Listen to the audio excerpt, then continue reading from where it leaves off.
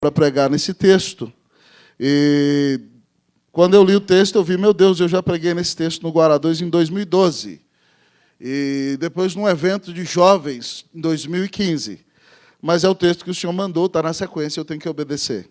Lucas 22, eu quero convidar você para se colocar de pé. Hoje, depois da mensagem, nós teremos o batismo da Carla, nessa manhã. Seus pais, o Carlos e a Célia, vão apresentar a sua filha ao batismo nessa manhã. Mas antes nós vamos ouvir a mensagem do Senhor. Lucas, capítulo 22. Todos encontraram? Amém?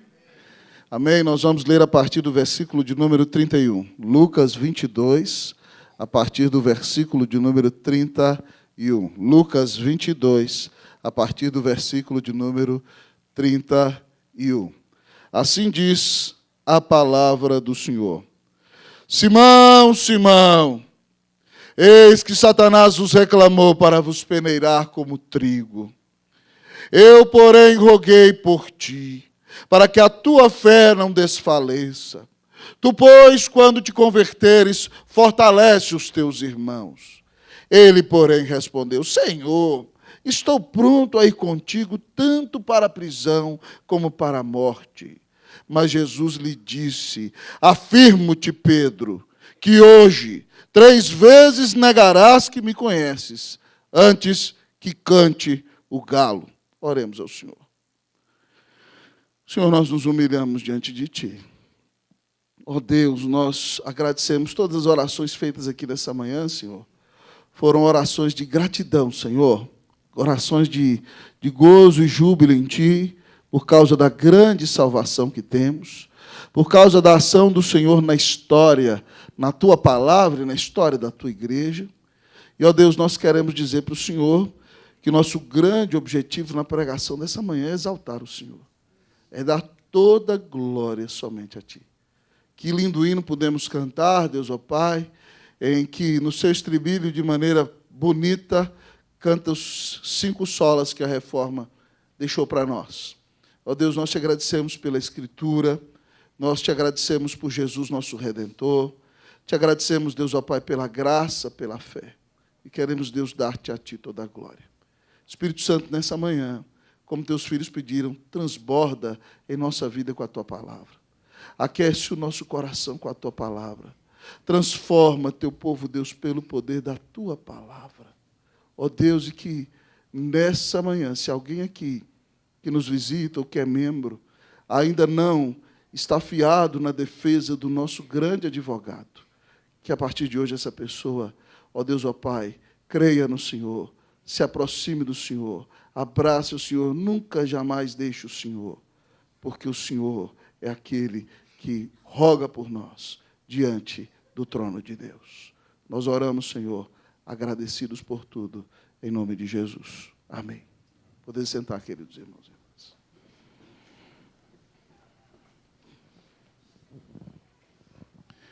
Queridos irmãos e irmãs, toda a nação está pendente do que está acontecendo nos julgamentos que temos visto neste país nos últimos dias.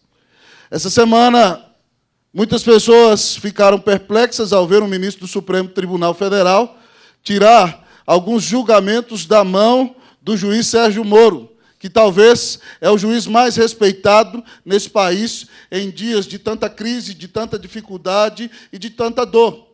Mas nós nos entristecemos, irmãos, quando vemos que alguns julgamentos, até nas instâncias superiores dos tribunais brasileiros, não são julgamentos conforme, amados irmãos, aquilo que nós cremos que é a verdadeira justiça. E muitas vezes nós ficamos tristes e perguntamos, será que o Brasil tem jeito? Nem aqueles que têm que julgar as coisas corretamente julgam conforme o justo juízo. Então, irmãos, o nosso coração se entristece e nós nos perguntamos, será que há alguma esperança para nós? Mas, amados amigos e irmãos, ao pensar em tribunais humanos, ainda que estes se corrompam, nós temos que entender que o maior de todos os tribunais é aquele que dá a sentença final sobre todas as coisas. E qual será o maior de todos os tribunais? Será o tribunal onde muitos irmãos aqui trabalham, TJDFT? Qual será o maior de todos os tribunais? Será o STJ? Não, qual será o maior de todos os tribunais? Será o STF? Ou o Tribunal Internacional de Haia? Qual é, amados irmãos, o maior de todos os tribunais? O maior de todos os tribunais é o Tribunal de Deus. E aqui, amados irmãos, nesse texto em que Jesus confronta Pedro, falando do ataque do inimigo contra a vida dele, nós vemos aqui instaurado nesse texto o Tribunal de Deus. O Tribunal de Deus, onde Deus, o nosso Pai, é o santo e eterno juiz. E ao olhar para o texto, inicialmente, a palavra nos revela que no Tribunal de Deus está presente o acusador. No Tribunal de Deus está presente o acusador. Olhe comigo, versículo 31. Eu vou ler uma vez, você vai ler a segunda vez. Simão, Simão, eis que Satanás vos reclamou para vos peneirar como trigo. Leia para mim esse versículo, irmão. Simão, Simão, eis que Satanás vos reclamou para vos peneirar como trigo. Depois da Santa Ceia, amados irmãos, Jesus já está preparado para morrer. E conta então para Pedro e os seus discípulos o que vai acontecer. E ele se vira para Pedro e diz: Simão, Simão, eis que Satanás te reclamou. A expressão dessa palavra no grego pode dizer: Satanás pediu você para ele. Ou em outra tradução pode dizer: Satanás abriu uma demanda no céu contra você. Simão, Simão, Satanás quer te acusar, quer te atacar, abriu uma causa no tribunal de Deus contra a sua vida. E sabe o que ele pediu? Ele pediu para te peneirar como trigo. Eu não sei se os irmãos conhecem a peneira do trigo, mas antigamente, nos dias da Bíblia, irmãos, quando alguém ia peneirar o trigo para separá-lo da palha, jogava, amados irmãos, todo o conteúdo para cima e vinha o vento e levava a palha.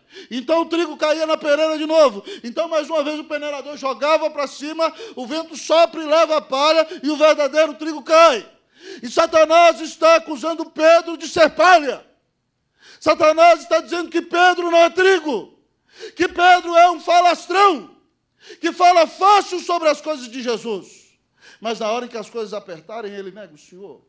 Satanás abriu uma demanda no céu e quer provar, está dizendo: Deus, dá ele para mim, deixa eu mostrar quem ele é. Irmãos, o texto nos ensina que no tribunal de Deus está presente o nosso acusador. E ele é aquele que abre uma demanda no céu contra a sua vida e contra a minha, acusando-nos de pecado e quer nos peneirar. Você acha que não é assim? Lembra naquele dia, na antiguidade, irmãos, que os anjos, a Bíblia chama de chamados filhos de Deus, comparecem diante do Senhor e Satanás vem no meio deles. E o pai pergunta para ele: Satanás, onde é que você tem andado? Ele diz: Senhor, é o maior turista que existe. Ele diz: eu tenho rodeado a terra e dado voltas por ela. Ele sabe tudo que acontece na terra, porque ele passeia para todo lado, ele não é onipresente. E aí o Senhor virou para ele e falou assim: observaste o meu servo Jó, homem íntegro, reto, temente a Deus e que se desvia do mal. Ele diz: porventura Jó debalde teme a Deus? Não cercaste com sebe, não abençoaste o fruto da sua mão, não protegeste a sua família, toca na vida dele e verás se não blasfema em tua cara.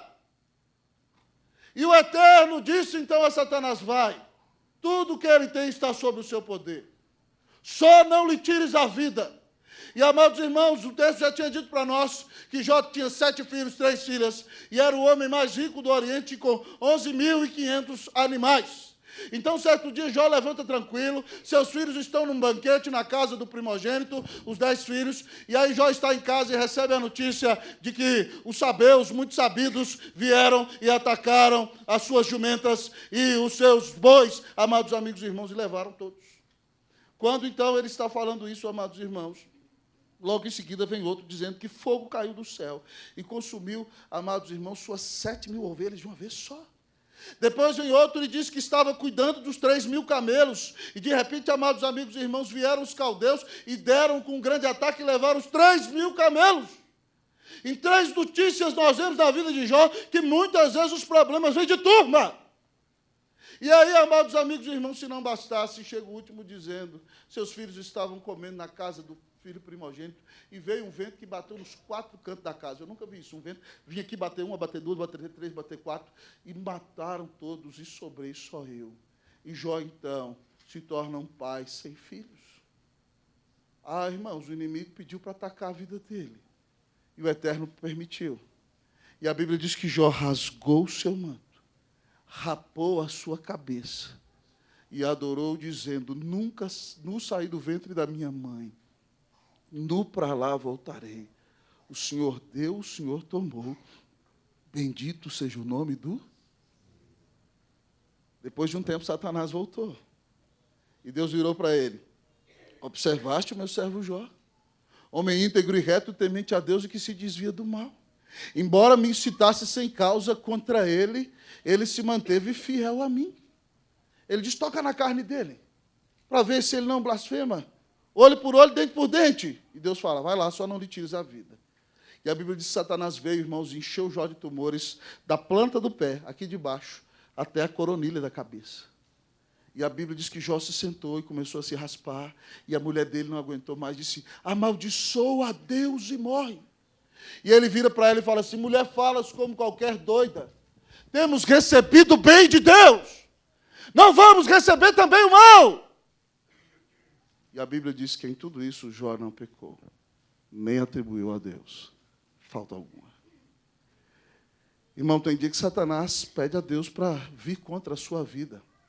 Os puritanos antigos diziam que esse dia em que a Bíblia chama de dia mau, que eles acreditavam que é o dia em que o próprio Apolião, o capitão do exército das trevas, vem contra a nossa vida. Eles chamavam esse dia de a noite escura da alma. E eu quero lhe dizer que Jó, mesmo com grande dificuldade, pela graça de Deus, venceu a noite escura da alma. E eu quero lhe perguntar: você tem vencido a noite escura da alma? O dia em que o inimigo abre uma demanda contra você, o dia em que o inimigo diz que vai mostrar para todos os anjos e para todos os homens que você é palha, mas o Deus de toda graça permite que você seja provado para revelar para a glória de Deus que você é ouro refinado para a glória e honra do nome de Cristo Jesus. Como então, amados irmãos, vencer esse dia mau, vencer o acusador no tribunal de Deus? Jesus, amados irmãos, já no final deste seu evangelho, diz o seguinte: orai e vigiai, para que não entreis em tentação. Se nós queremos vencer o diabo, amados irmãos, se nós queremos vencer o inferno, se nós queremos vencer os ataques do inimigo contra nós, nós temos que ser homens e mulheres de oração. É impossível que nós vençamos batalhas espirituais usando armas carnais. E é por isso, muitas vezes, que você patina e não sai do lugar e não cresce. Porque você quer fazer as coisas conforme a sua própria vontade, e não a vontade de Deus. Mas se você quiser vencer o acusador, caia hoje de joelhos e diga: Senhor, perdoa os meus pecados. Eu creio que Tu és o Filho de Deus, me enche do Teu Espírito e me dá poder para vencer a tentação. E o Senhor promete que se você orar e vigiar, Ele te dará vitória. Que Deus te dê vitória sobre os ataques do diabo, em nome de Jesus. Temos visto qual será o maior de todos os tribunais? O maior dos tribunais é o tribunal de Deus.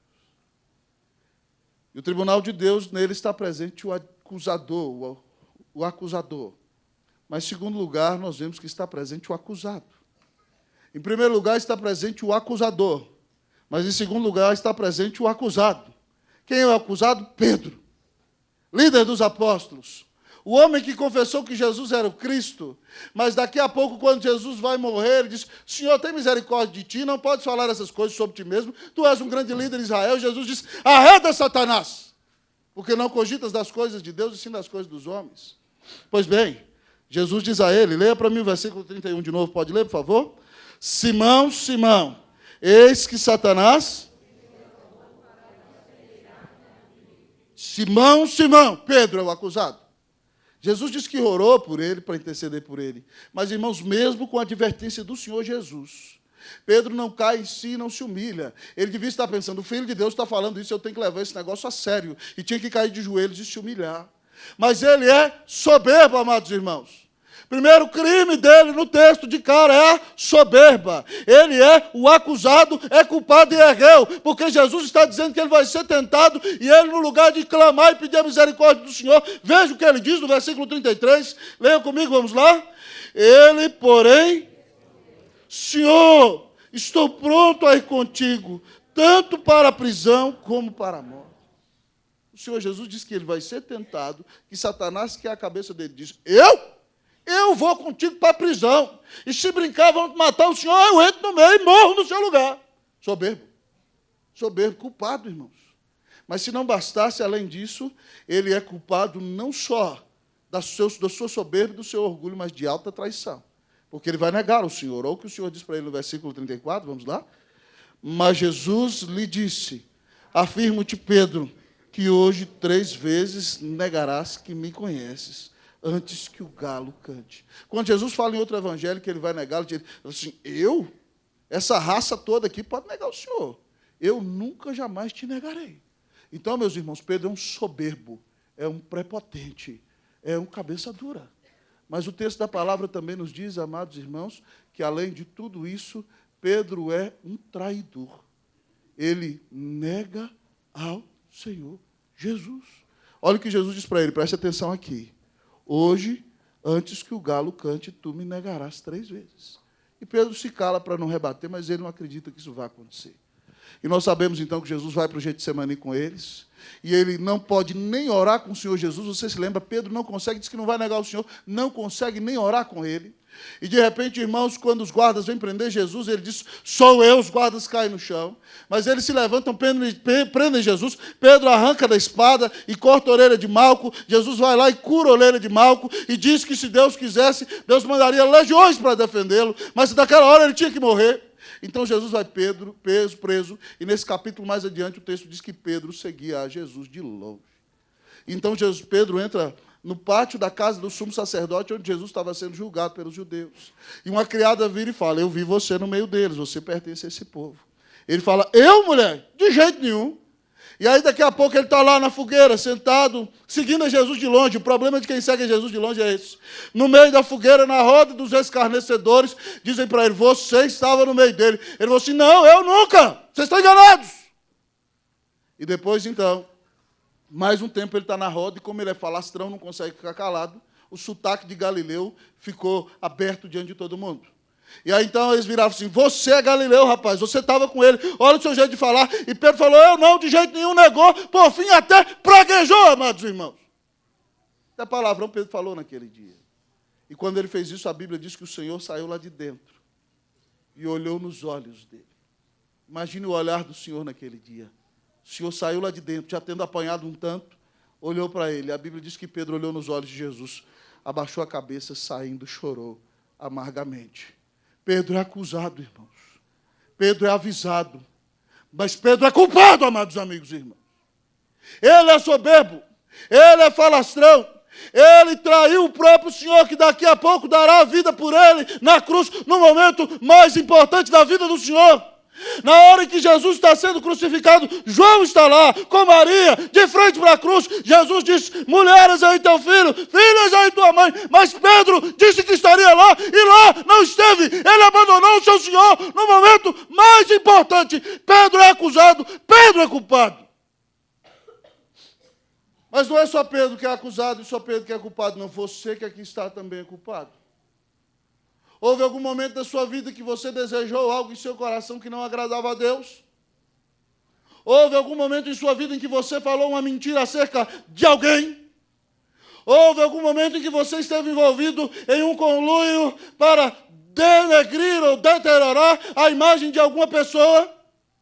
Houve algum momento em sua vida em que você esteve envolvido em algum escândalo de corrupção? Ou com pessoas que se corrompiam e nem sequer falou nada?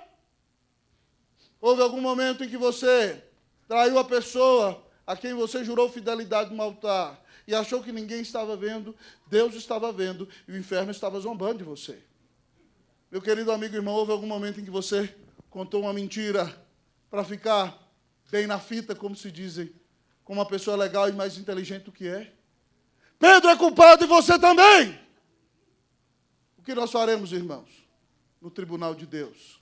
Se todos nós que somos acusados somos encontrados culpados. Que Deus tenha misericórdia de nós nesse tribunal.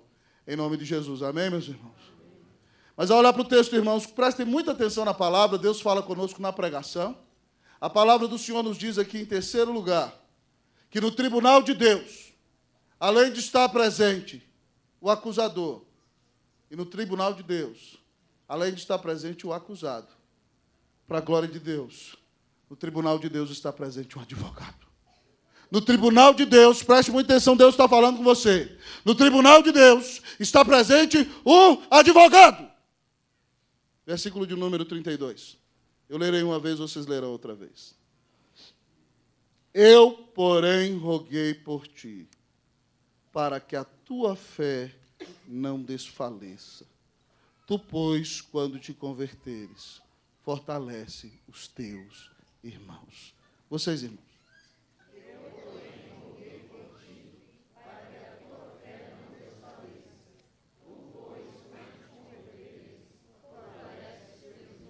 Graças a Deus, no tribunal de Deus está presente o advogado. E esse advogado tem as melhores credenciais. Ele é o Filho de Deus.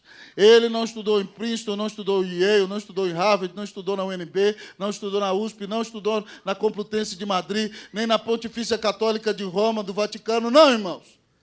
Ele viveu uma vida de fiel obediência e deu sua vida na cruz para salvar seu povo. Ele disse, eu roguei por ti. Ele abraçou a nossa causa e nos defendeu. Ele defendeu Pedro no tribunal, mas ele fez mais, para que a tua fé não desfaleça. Ele fortalece a nossa fé no dia da batalha espiritual, no dia da luta, no dia do dor. Então esse advogado clama por nós diante do trono de Deus, mas ele nos fortalece. Mas ele diz mais aqui o texto. Tu, pois, quando te converteres, se você se converteu e está em Deus hoje e tem fé em Jesus, é só porque ele te converteu, meu amado amigo e irmão. A grande função do advogado é te dar uma nova vida, te dar um novo coração, converter você, mudar o seu rumo, fazer de você um filho de Deus. Mas se não bastasse clamar por nós no tribunal, amados amigos e irmãos, fortalecer a nossa fé e nos defender, ele ainda nos confia a sua obra e a sua missão. Ele diz, tu, pois, quando te converteres, fortalece os teus irmãos. Jesus não desiste de Pedro. Talvez você desistiria de Pedro. Talvez eu desistiria de Pedro. Talvez a igreja desistiria de Pedro. Mas Deus é o Deus que não desiste de pecadores. Deus não desiste de você. Deus não desiste de mim. Louvado seja Deus por isso. Amém, meus irmãos? Glória a Deus nesse texto. O nosso grande advogado é Jesus. João fala muito bem sobre isso em sua primeira carta. Quando nos fala dessa cena do tribunal de Deus, ele diz, filhinhos meus, estas coisas vos escrevo para que não pequeis. Se, todavia, alguém pecar, advogado temos junto ao Pai, Jesus Cristo, o justo, e Ele mesmo é a propiciação pelos nossos pecados, mas não somente pelos nossos próprios, mas pelos do mundo inteiro. João diz, amados irmãos, que no tribunal de Deus nós temos um advogado junto ao Pai, Jesus Cristo, o justo. E Ele é a propiciação, o sacrifício que desvia a ira dos nossos pecados. Porque Ele deu a vida na cruz do Calvário para pagar os meus pecados e os teus. A Bíblia diz que todo aquele que nele crê não vai perecer, mas terá vida eterna. A Bíblia diz que todo aquele que crê que Jesus Cristo é o Senhor, que crê que Deus o ressuscitou dentre os mortos, será salvo.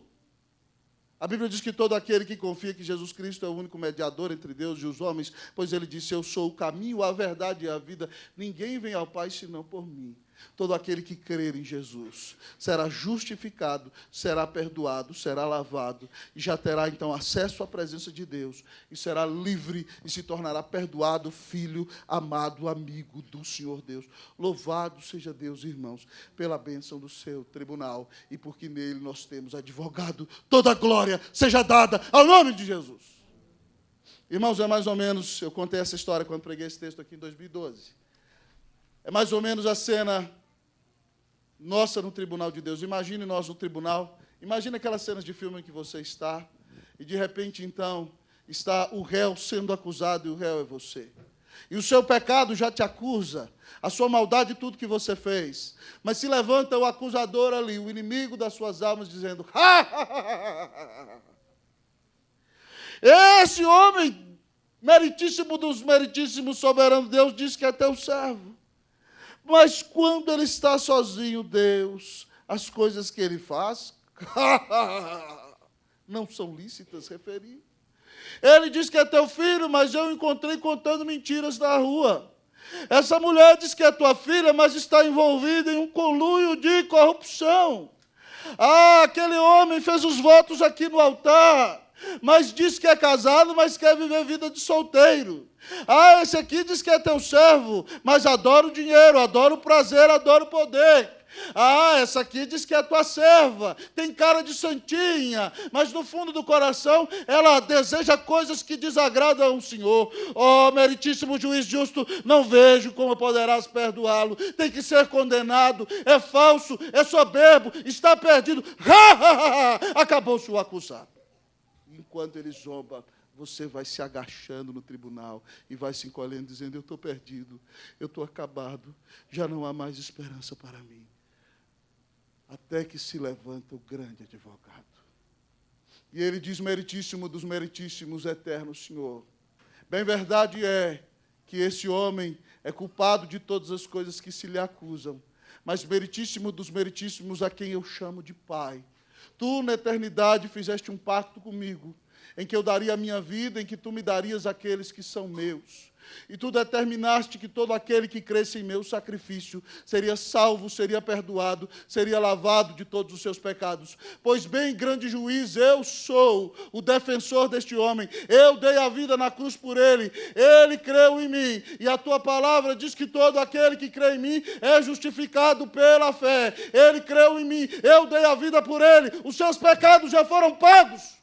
E você no tribunal, então, começa a chorar, e você diz: eu creio, eu creio, eu creio, eu creio. E de repente o juiz então toma o seu martelo e bate e diz: eu te declaro justo, perdoado, inocente, pela fé no meu Filho, Jesus Cristo, louvado seja o Senhor.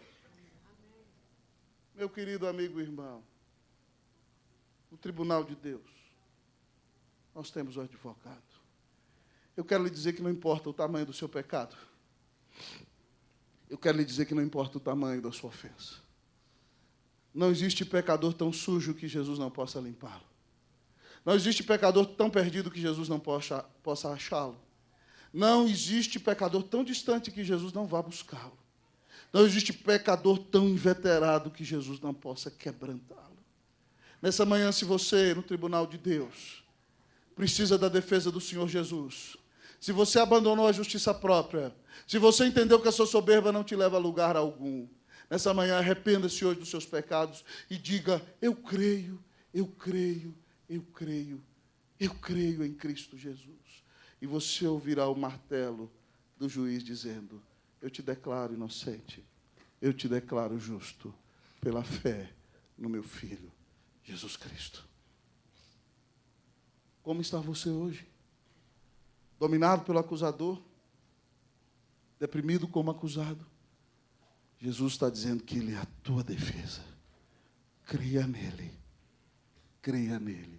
e você será justificado no tribunal de Deus. Que Deus te declare justo pela fé, em nome de Jesus, para a glória de Jesus. Amém. Vamos orar.